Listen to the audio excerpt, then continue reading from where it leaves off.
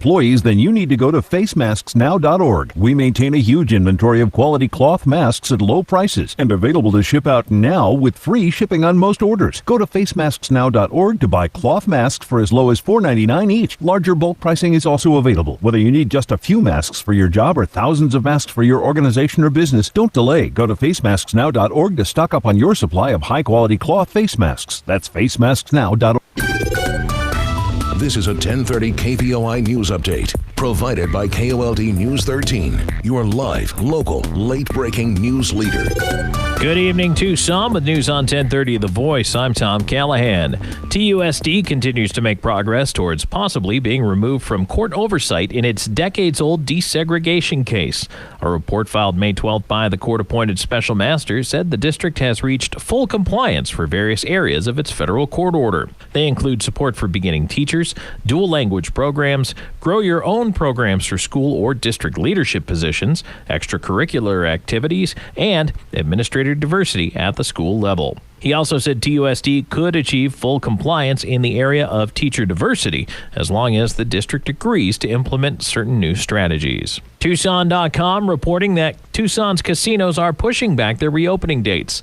Casino del Sol is pushing its date back from May 21st to May 28th, and Desert Diamond casinos intend to stay closed through at least the end of the month. An Oro Valley business that specializes in connecting people through technology is now working to connect people to critical life support. Electric Design and Development Corporation, which normally builds 5G infrastructure hardware, has been making control devices for ventilators.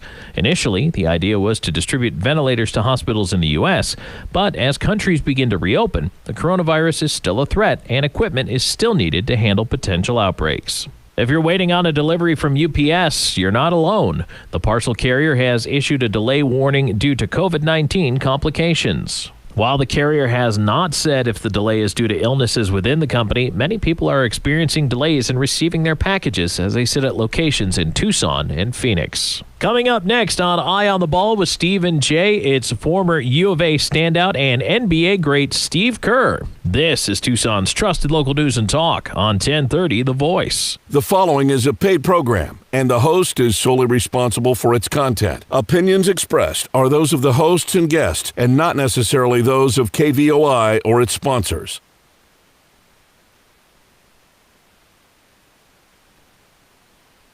Hey, good afternoon, everybody. Welcome to Eye on the Ball. I'm Steve Rivera alongside Jay Gonzales, and you're listening to 1030 The Voice. It's a Tuesday. Won't be a boring Tuesday. Should be a fun Tuesday, Jay. I think it will be. We got Steve Kerr coming in. And who? Steve Kerr. I know that guy. Everybody knows about that guy. Yeah, you know, I'm really excited. I've got to know Steve a long time ago, and I've always followed his career, and it's just been great to see what he's been able to do. It's magical. You know, it is. I mean, this is, it's one of those things that, I know that he never expected this, at the time he was going to the U of A here and all these great things that have happened to him, but they didn't just happen to him. He made them happen. Right. He made them happen. He's a good guy. He's a worker. He's put this together and he's deserved everything he's gotten. I could buy stock in him if I had any money. Oh, God. It's been fun to watch. It's really been fun to watch. Yeah, no question. And you saw him, he got here like 85-ish, I think. He got here for the 84. Right at the start, 83-84 season in Lute's first year. Because he played 84, the 84, 85, 86 season, sat out 87, and then he finished with the 88 season, the Final Four season. So okay. He was here for 5 years. Okay, yeah, that must have been the case. I don't know why I don't know that, but I should. He was in Lute's first recruiting class. And I'm going to joke about it with that because Bobby, when they went to go see him, he can't play.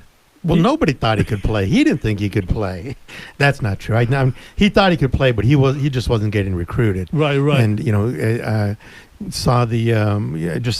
been watching a lot of video of him, interviews he's done, and he came to Arizona sight unseen. He had never been here. He had never been to the campus, but he didn't have too many other offers, and so he came here. Right. I think he only had one other offer, but we'll get to that. We're going to talk about the NBA.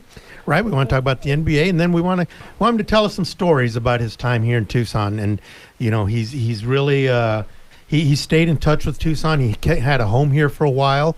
He came and did a summer camp, right, summer basketball camp times here for a number of years, and so it's he's always kept a connection to Tucson, and just the fact that he's coming on our show, we're not ESPN, we're not Fox Sports, and he's coming on our show. We just asked, and he said sure, and so we're happy he's going to be coming in. I wonder if we're going to get the grizzly Stevie Kerr or the shaven Steve Well, Kerr. As of a couple of days ago, he still hadn't shaved. So. Yeah. He's been making the rounds on a lot of different things. He has been, and I get, just probably keep him busy. I mean, I don't know how much there is to do at this point other than to wait for the basketball season to start. Right. We'll ask him that. Right, right. No, good. Looking forward to that. But it has a lot of things going on in the real world of sports now. Grand Canyon is getting sued by Dan Marley, Thunder Dan. Sued by Dan Marley. He's unhappy that they just kind of let him go, and he doesn't think they fulfilled the terms of his contract, so he's filed a lawsuit against Grand Canyon University. We'll see what that's going to be. A sad note for Arizona basketball, Ken Burmeister, who was one of Lute's longtime assistants and came to Arizona with him when he came in the 83-84 season. He passed away from cancer today. Steve played for him for 3 years, so I'm sure Steve will have some thoughts on Ken Burmeister. I never met him. He took a job at Texas San Antonio the year before I started covering the team, but by all accounts, a great guy. Yeah, no question. And a right-hand man to Lute in the early years. Right. So it's, a sad day. Like, again, by all accounts, just a really good guy, and was one of the guys that obviously instrumental in helping to get this program off the ground. You followed Lute when he first got here. I was not here at the time, but I started late in the 90s, 80s. Lute didn't have a jerk assistant coach. Not that I knew of. I mean, Kevin O'Neill is a great guy, and he was kind of a hard guy, but he was friendly not, guy. Yeah, right. You could tell he was sort of the the sergeant at arms on the basketball team. He was kind of the enforcer for the players, but he had a relationship with the players, and I think all the players respected him. And but I wouldn't ever call him a bad guy. I would just say he was the guy that kind of enforced things on the team during the time that he was here. I don't recall running into a coach that anybody thought was a bad guy. No, they were all good guys. His assistant, and that's what you need when you're like the head CEO guy. Sometimes you have to be good cop, bad cop.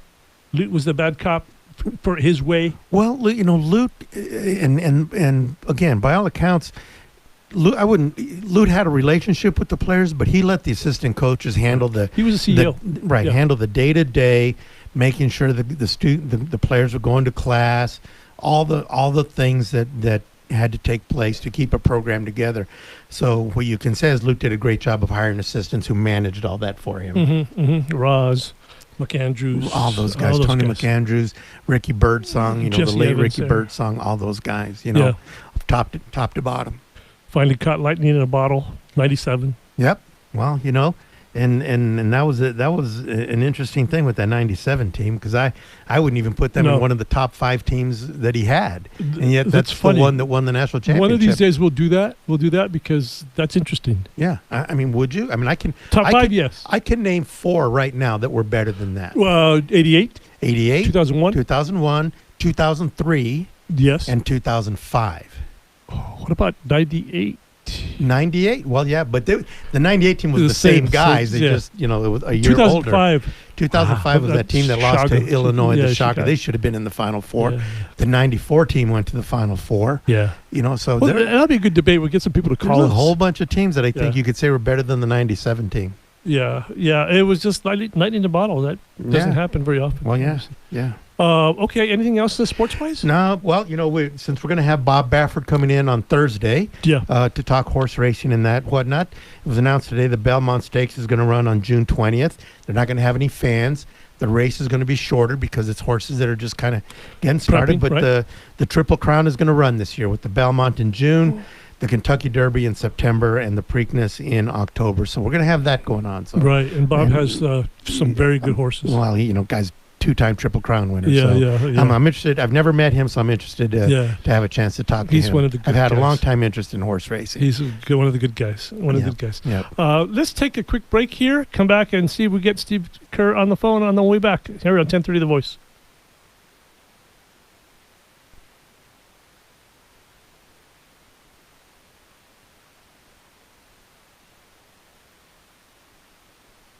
We're Tucson's trusted voice for local news and talk. 1030 The Voice.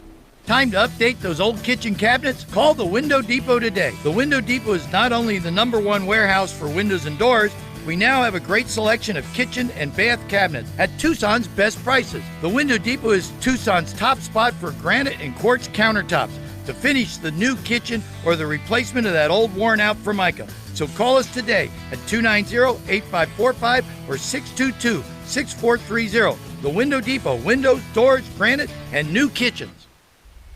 In these extraordinary times, 1030 The Voice would like to salute our American heroes. Of course, we thank first responders and health workers. But we also recognize workers in the food service industry, the people manning the front lines in our grocery stores. And from food delivery people to the drivers getting goods to stores. We thank you. We couldn't do it without you. 1030 The Voice. Trusted local news and talk. In a time of travel on steamships and trains, the Spanish flu crossed the Atlantic and the country. It swept through Arizona one dark autumn and hit Native American and impoverished mining communities with a particular vengeance. State officials underreported deaths at 519. That number didn't even come close to the real story. 1918, The Forgotten Pandemic, on the Tucson History Podcast from 1030 The Voice, on Google Play, Apple Podcasts, and KVOI.com. When might you be buzzed? When you suddenly love everything. You guys! I love this song! I love these nachos. I love our kickball league! Oh! I love this guy! What's your name? You know what I'd love? A ride when it's time to head out.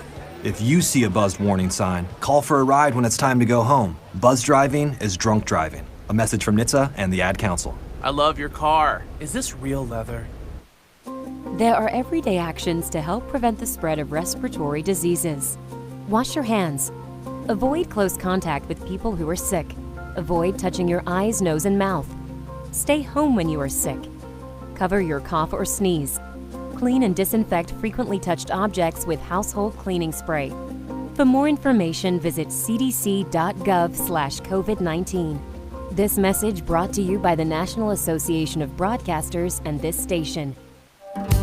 This is Bill Buckmaster. Coming up Wednesday during the noon hour, former Arizona State Health Director Will Hummel will give us the update on the latest COVID-19 numbers. Plus, JetBlue captain Jeff Lattis talks about the uptick in airline travel. Buckmaster during the noon hour Wednesday on 1030 Tucson's Voice for Trusted News Talk. Yes, we have anywhere in the world live listening. It's at buckmastershow.com. Trusted local news and talk. 1030 The Voice.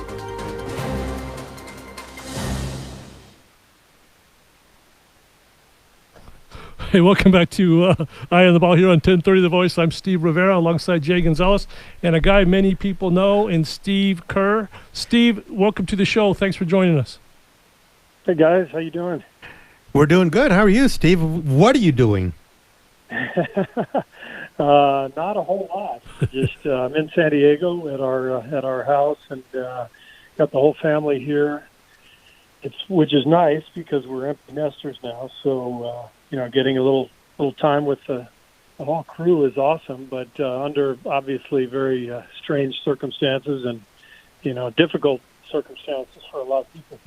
So seriously, yeah, I mean you've been we've all been cooped up for last 2 months, but since the season stopped for you guys, I mean, what actually have you had to do or been doing to kind of stay ready or be ready in case this season gets back going? I mean, what kinds of things have you tried to do to make sure that if it kicks in, you're ready to go? Well, as you guys know, we've been in the middle of a very difficult season, and so we're already out of the playoffs.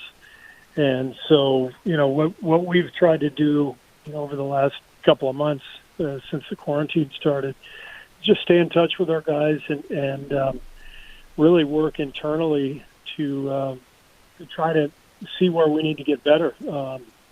Whether it's the remainder of this season or next season, this is a time when we actually have some opportunity to really delve into what we're doing and what we've been doing for many years. And it's a unique opportunity because usually we're just kind of going, flying through everything and going from one thing to the next. So, our players know they have to stay ready as best they can. And our practice facility is supposed to open up in a couple of weeks, so we'll be in there complying by NBA rules and state regulations and, trying to train and see what happens from there. How was the year for you, the season, given that over the last few years you guys were spectacular, almost these glory years for the Golden State Warriors?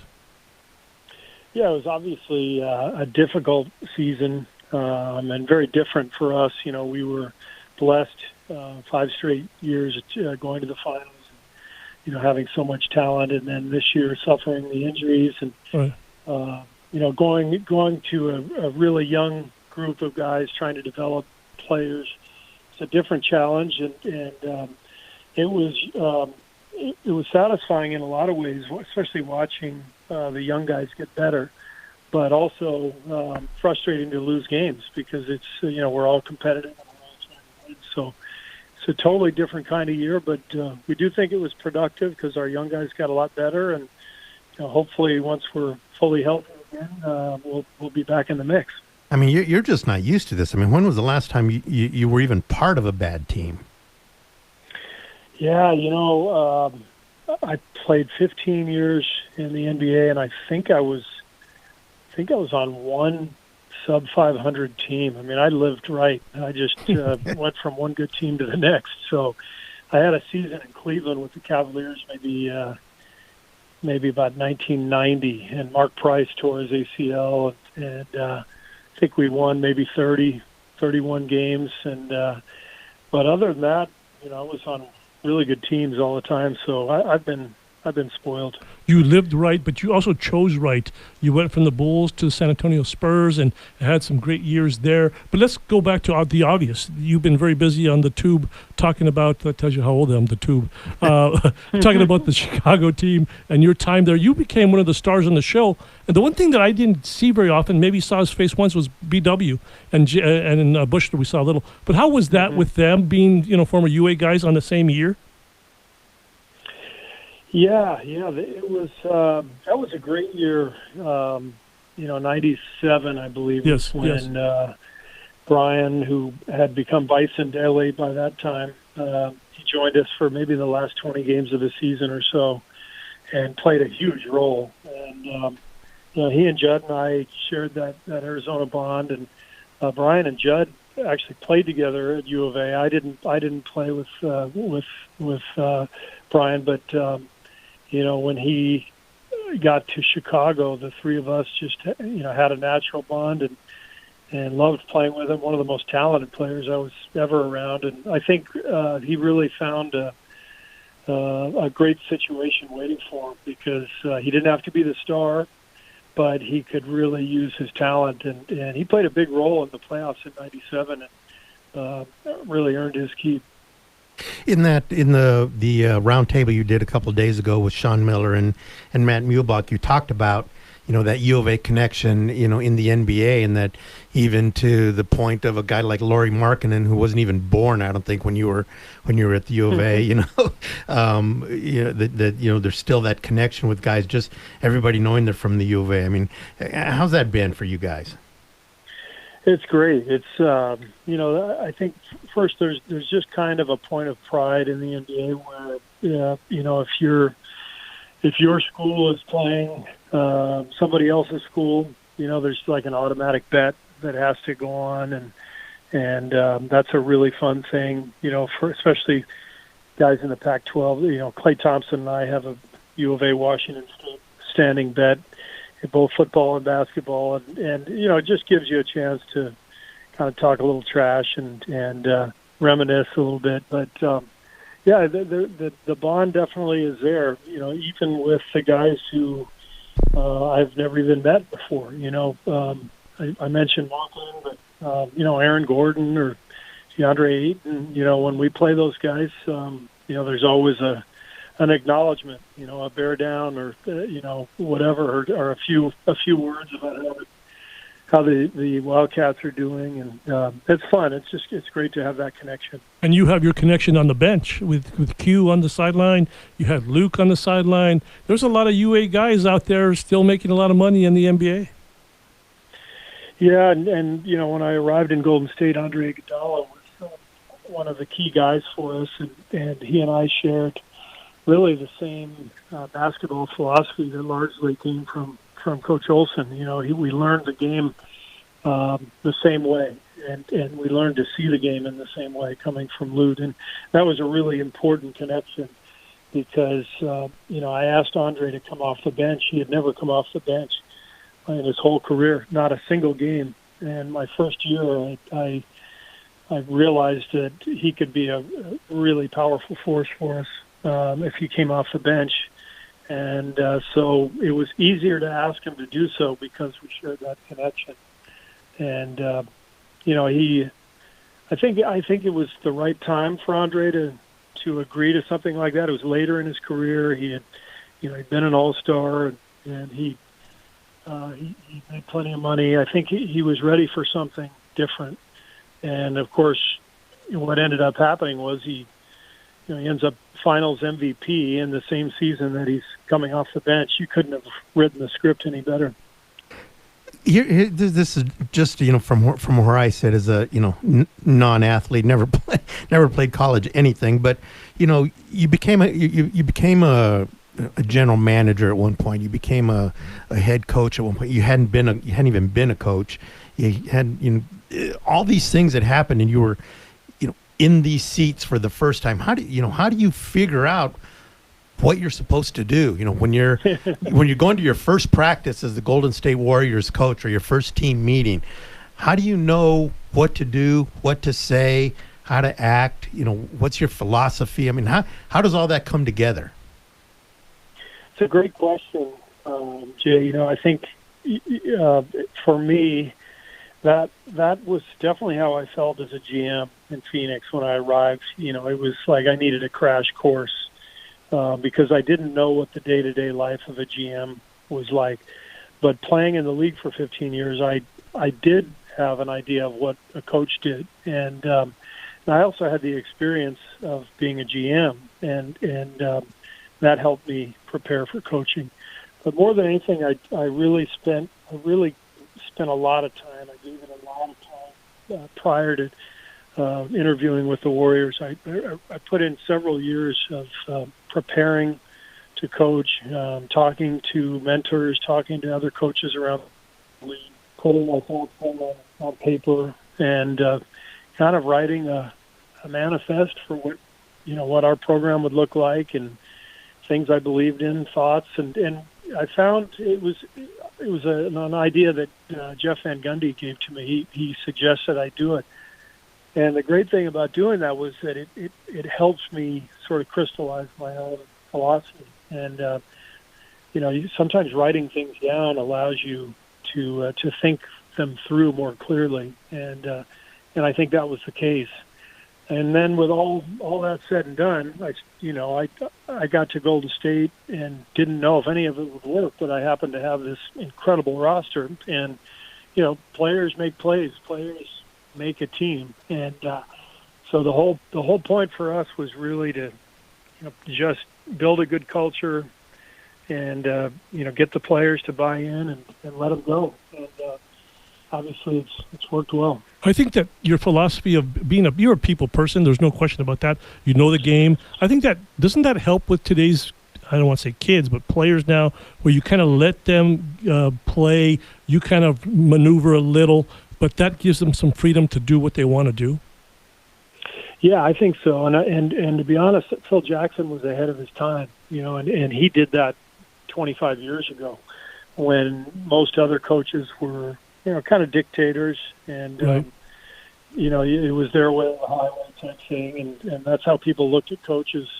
Phil Jackson was much more of the contemplative sort. We would meditate as a team, and we would do mindfulness training, and he would ask guys for suggestions in film sessions, and so I learned a lot from him and Greg Popovich too. Very open-minded. Both guys, the way they coached, they really allowed players to have a lot of input, and they were so successful with it that I knew that that's how I wanted to approach the job too. We have about 1 minute left in this segment, but you talked about this. I think you won your first title, maybe whatever it was. You made it a point of thanking Lute with that regard, that how much he influenced you or whatever it was. And that meant a lot to him, I know, and to a lot of people that watched you grow up. I never talked to him about it, but I do remember mentioning him on the stage in 2015, when we were getting the championship trophy. And Doris Berg asked me what I was thinking about, and I told her I was thinking about all my old coaches, because I really was given an incredible apprenticeship to coach, to learn from Lute Olson, Lenny Wilkins, Greg Popovich, and Phil Jackson. I mean, 4 Hall of Famers, Cotton Fitzsimmons as well in Phoenix, who was an amazing coach. So I couldn't have been better prepared just from, having played for all those guys. And so they were the ones I was thinking of. We're going to take a quick break here, talk to Steve Kerr on the other side here on 1030 The Voice. Thanks, Steve.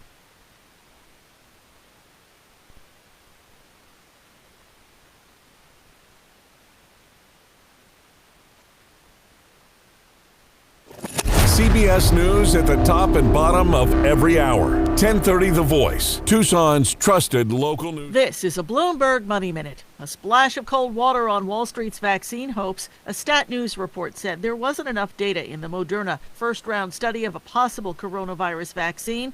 That chilled Wall Street, so the Dow fell 351, the Nasdaq 50, the S&P 31. Losses of 0.5 to 1 0.6%. You won't be able to buy Johnson & Johnson baby powder or the company's other talc products in the U.S. and Canada. It is discontinuing them after thousands of lawsuits claiming asbestos in talc caused cancer. The company says sales dropped.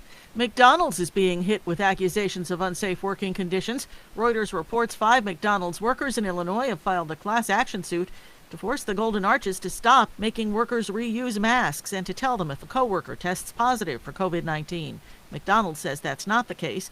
Workers at several California restaurants have filed unsafe condition complaints as well. Joan Doniger, Bloomberg Radio. CBS News Update. More Americans are going back to work by the day as COVID-19 restrictions are eased, and they include Ray Corona, manager of a surf shop in Miami Beach. We took every precaution. We've got a plexiglass. We taped up the floors. We pretty much have been in here a week before, really sanitizing everything. WISC TV reporter Jamie Perez checked out some reopening businesses in Madison, Wisconsin. Retail stores and services all look different from one another. Some places are open right now, but they didn't want to comment on what measures they're taking for next week. Other places are open by appointment only. Some saying masks are required, hand sanitization required upon entry, a limit to 5 people in stores, social distancing in place, and some places even saying that lights are off until further notice. Right now, 49 states have eased at least some regional coronavirus restrictions, and by Memorial Day, all 50 states will have, as Connecticut will be joining the list. CBS News Update, I'm Jim Shep. These days, most families are concerned with having the right insurance coverage. Protecting your family, home, auto, and other valuable possessions can be challenging and sometimes expensive. Crest Insurance gives you flexible options and solutions while saving you money. Insurance is not one size fits all, and at Crest, we find the coverage that's best for you and your family. Visit us online at www.crestins.com or call us toll free at 888-881-5765. This is The Voice, 1030, Tucson's trusted news and talk.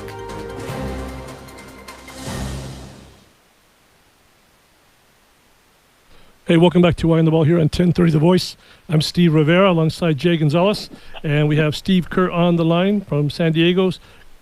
So, Steve, I was doing my research on you, right? I was going through all your stats, your career at Arizona, a world championship, five NBA championships as a player, 3 as a coach, but nowhere in any of that did I see anything about your one game with our summer league baseball team in the summer of 1988. Believe it or not, I still have the stats. We've got you down for one at bat. You took a walk, and you scored a run, played third base. What I remember is that you had to go from first to third on a base hit, and you were sliding into third, and we all held our breath and closed our eyes that you weren't going to blow out your knee. Do you have any recollection of that? Oh, I remember it well. What year was that? It was after the '88 season. You were waiting to get drafted, and I think somebody told. The way we heard it was that somebody told you got to get off that team because you're about to be drafted by the NBA. And what the heck are you doing? Well, first of all, I remember drawing a walk, and I was ahead of the curve on the money ball people. I understood the value of taking pictures of the base on balls. No, I loved baseball, and I don't think Coach Olson realized it, but when I went home to Los Angeles in the summers after my freshman and sophomore years at U of A, I would play American Legion baseball with my high school buddies, and I never told Coach Olson. I just loved baseball, so I just went and played. Back then, like, things just didn't seem like a big deal. We all kind of played a lot of sports, and there wasn't any social media. Nobody cared. You could get away with kind of anything you wanted. But part of my summers in college was going back and playing baseball. Well, yeah. Well, at that time, I was on that team. Greg Hansen was on that team, and Dave Hirsch, who I think he was the one who got you on the team. But we weren't going to report that. You were just out there, trying to have a good time like everybody else. Dick Tomey was on the team. Dick was on that team, and his son Rich was on that team. Rick LaRose, Dave Sitton. I mean, a who's who of U of A athletics was on, because that's where that team got started. Dave and Todd Walsh, who was working in the athletic department at the time, were the ones who put that team together. Well, I would still do it if I were physically capable. I did play on a softball team here in San Diego for many years with my buddies out here. It's too fun. I mean, baseball, softball, it's so much fun, and I still follow the game. I'm a big Dodger fan. I didn't admit that up in the Bay Area until we won the championship. I figured I was safe, but yeah, not a lot of Dodger fans up there. Invariably, when I've talked to you in the past, you talk about all the championships and all that, but I think some of your greatest moments and greatest times were here at U of A with the bonds that you created with the guys. Still hold? Oh, yeah. I mean, those guys are still, my best friends. Judd, Bushler, Q, Bruce Williams, Matt Robach, Sean Elliott, Tom Tolbert.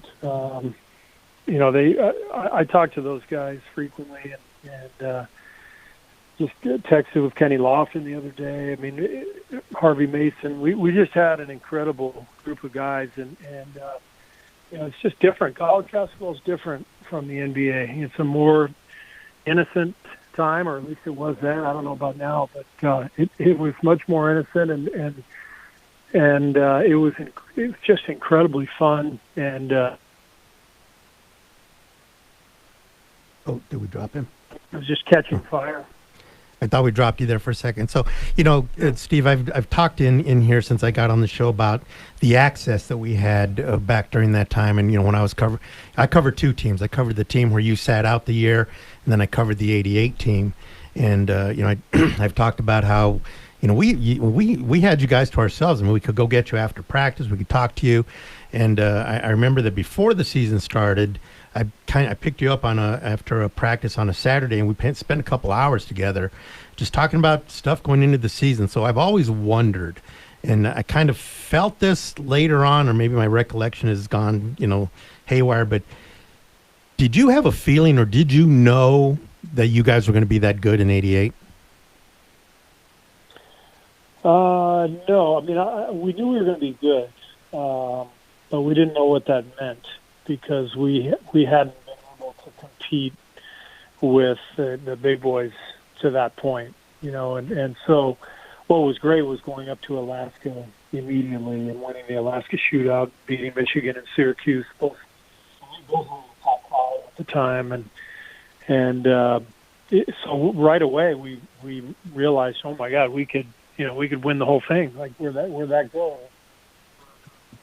It was amazing, and there was so much energy. It was so well balanced. We shot 55% as a team for the season, which is unheard of. But it was just everything just clicked. It was just a storybook thing. It's funny because a lot of this, you're self-effacing and you're very funny. I'm wondering if you own stock in dirt bags, because you do bring them up a lot. Well, we all the players back then lived at Babcock Dorm, which was directly across Speedway Boulevard from Dirtbags. So I'm pretty sure Coach Olson hadn't put 2 and 2 together. He might have moved two.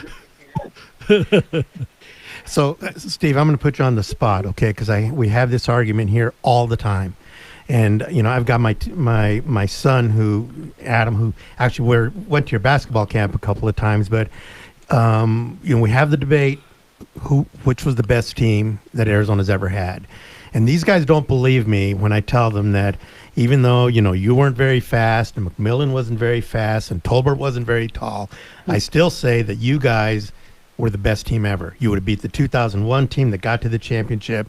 You would have beat everybody would have beat the 97 team because they weren't that, they just got hot. But I've always said that they had to see you play to know how good you were. I'm going to put you on the spot. Do you think you were the best team ever? Well, I'm not going to answer that. Come on. For obvious reasons. I always will give the 97 team the nod because they won it. You got to go ahead and win it. And the tournament is it's incredibly powerful and it's heartbreaking. And they caught fire and they did it. And I remember going to that game, that final game in Indianapolis, sitting with Sean Elliott, and we were so happy. Involved with the program, and that team, they were a 4 seed, and nobody could have really predicted that they won, but they did it. And coaches had other teams that were higher ranked, the '88 team, and I still learn to this day my performance in that Final Four. But like I said, that's one bad game is all it takes, and you're out, and that's what happened in '88. I think it's happened a couple of times. Salim went 2 for 13 against Illinois in that tragic game against Illinois, and there was another time 2 for 13s played a huge role in Arizona athletics for some reason.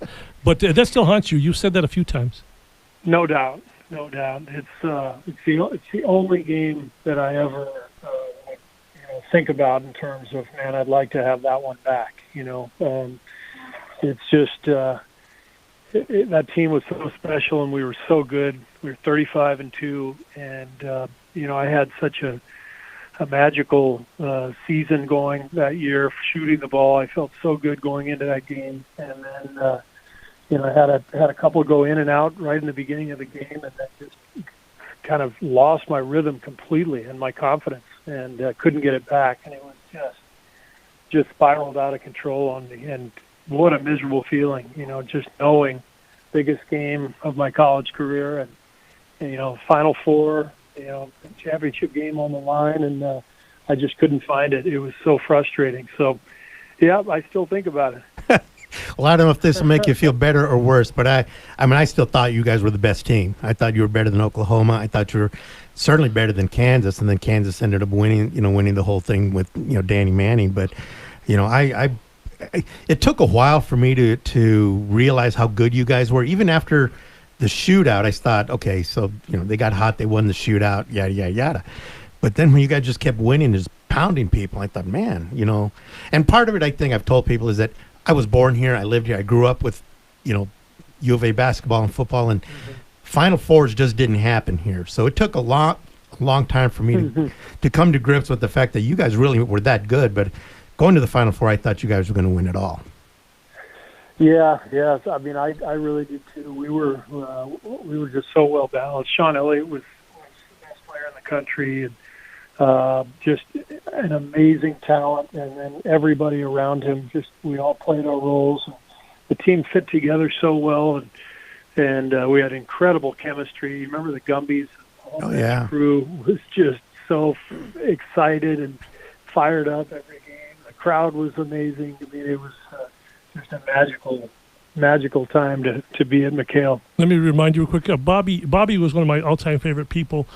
She was with Lute when she went to go see some guy play some basketball at the high school. I think it was somebody else, and you happened to be there playing as well.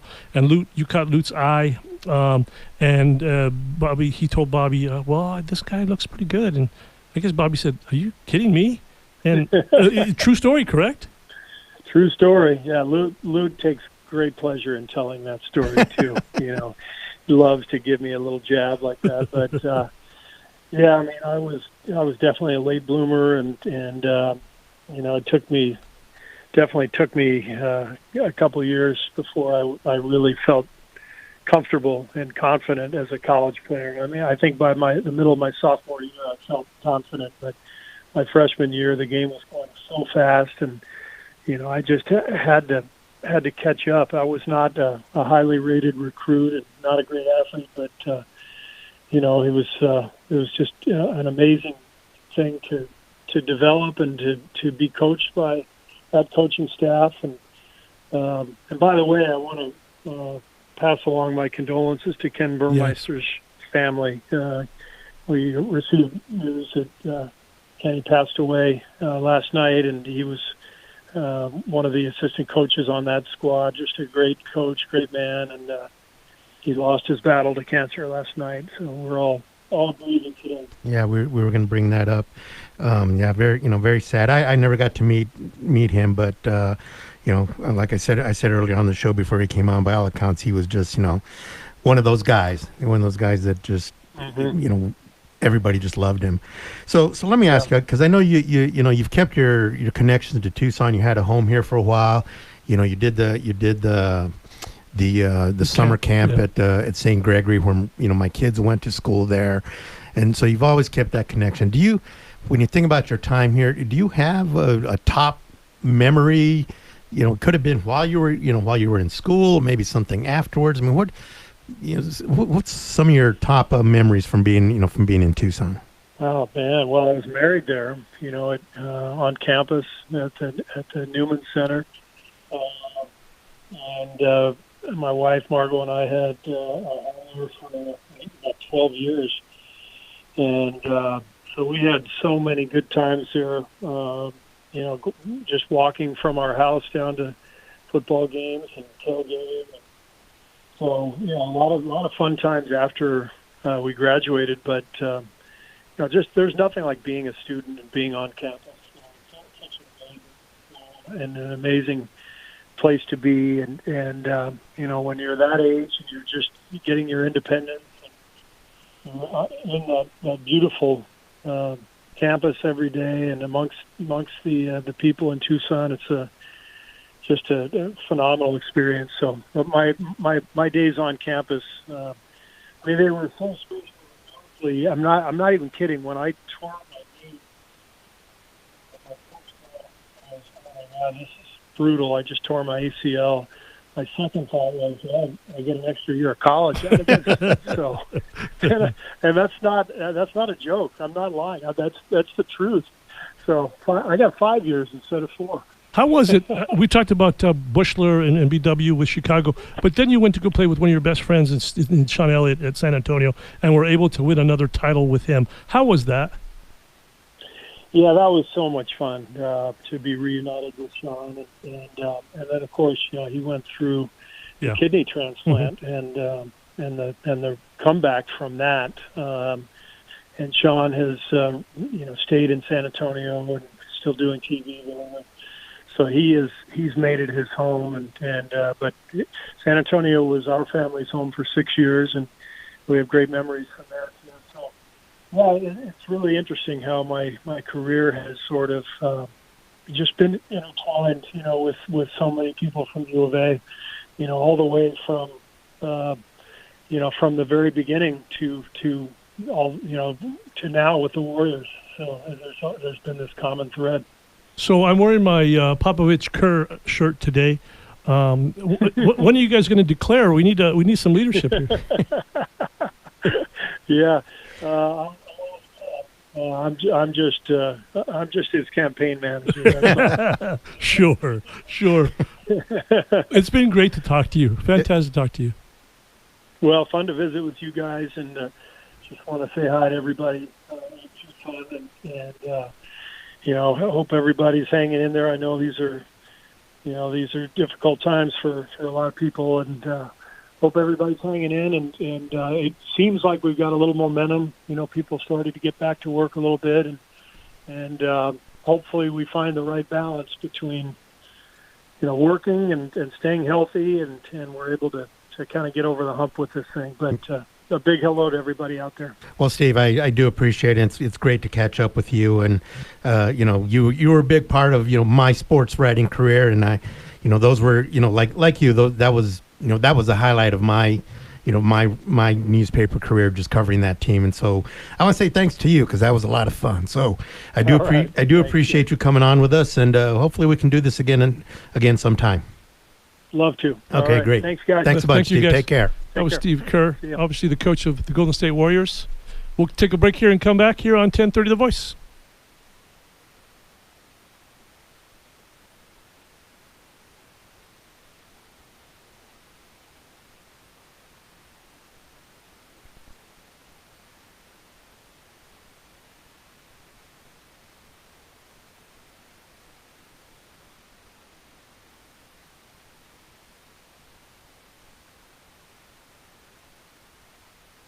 Listen to the live stream and find podcasts of your favorite shows at kvoi.com.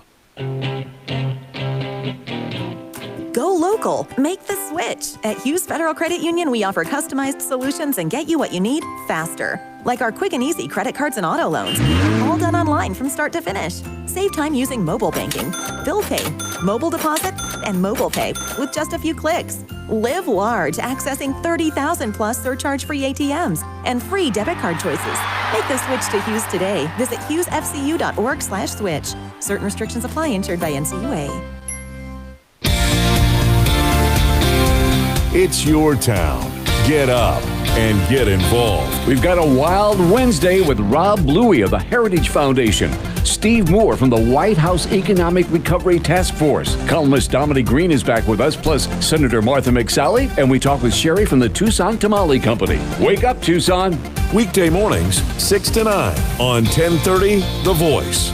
Trusted local news and talk. If you like sitting around the porch or dinner table sharing stories with friends, that's what we like to do here at Our American Stories. I'm Lee Habib, and each weeknight we bring to you stories about American love, funny stories about first jobs, this day in history, American dreamers and marriages, and even the stories of music and acting legends. I invite you to sit around the porch with us as we share Our American Stories. Evenings from 7 to 9 on 1030 The Voice, Tucson's trusted local news and talk. Tucson's source for trusted news and talk. 1030 The Voice.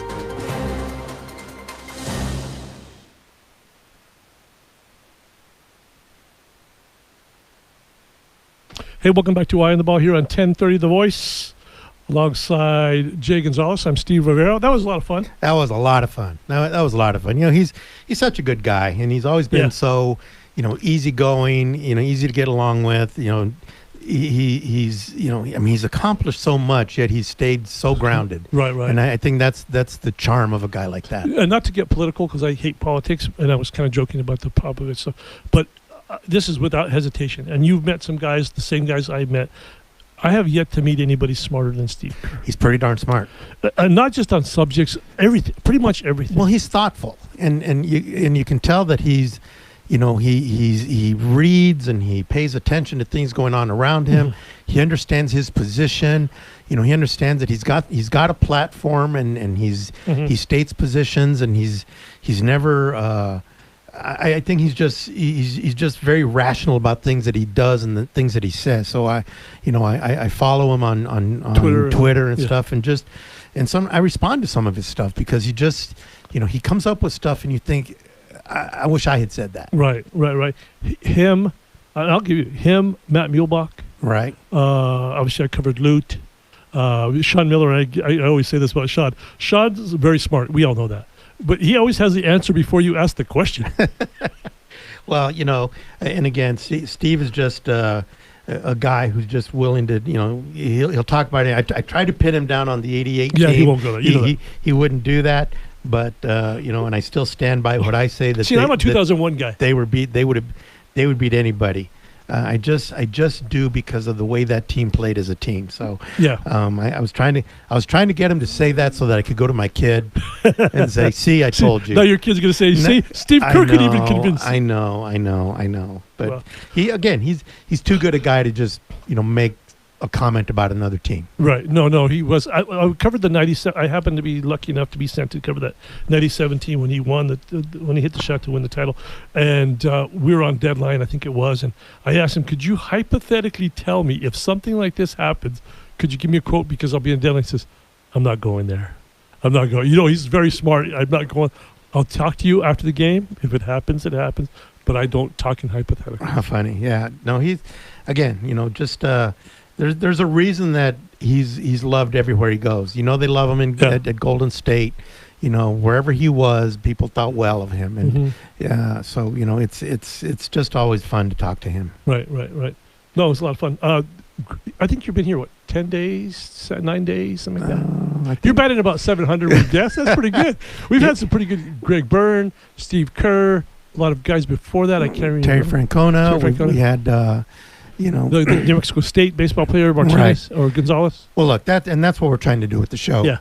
we want to talk about Tucson sports, but there are a lot of great Tucson sports figures, national figures who can come on and talk about the NBA, Major League Baseball, probably the NFL, whatever, but then can talk about their connection to Tucson, right. and that's what we're trying to be, and I think that that's what we're looking for, and so.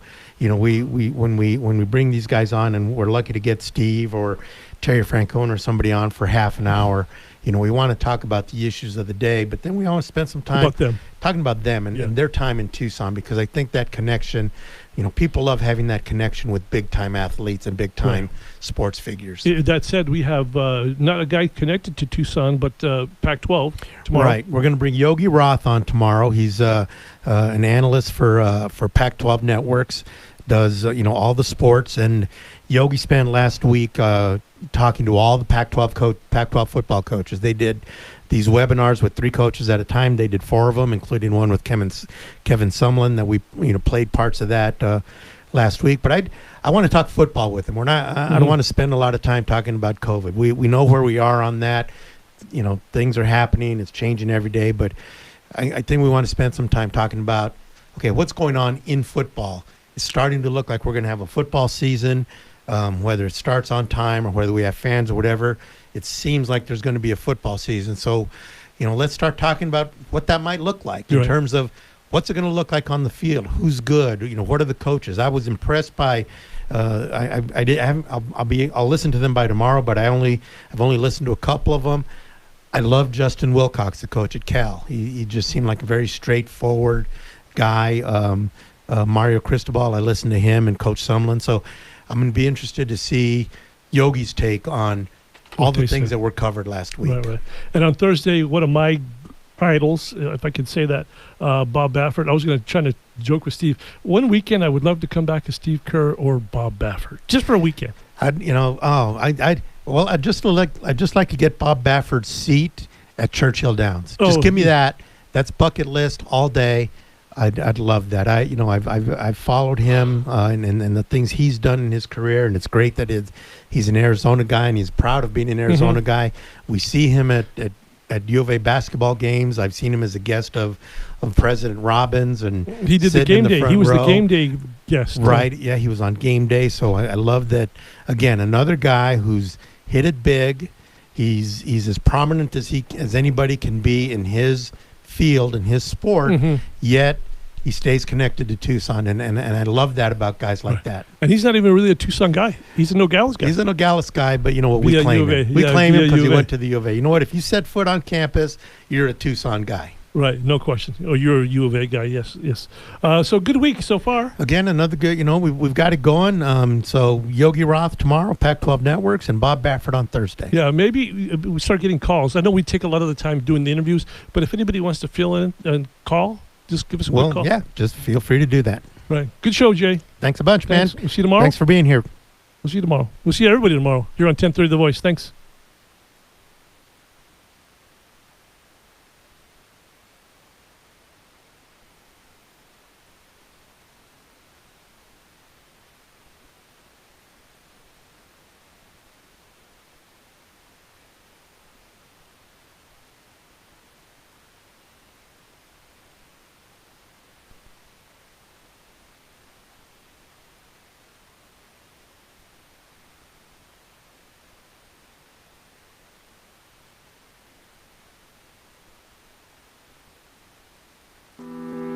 Tipping Point with Zach Kinser. Tucson, join me on Wednesday as we talk housing. Housing can help the economy recover.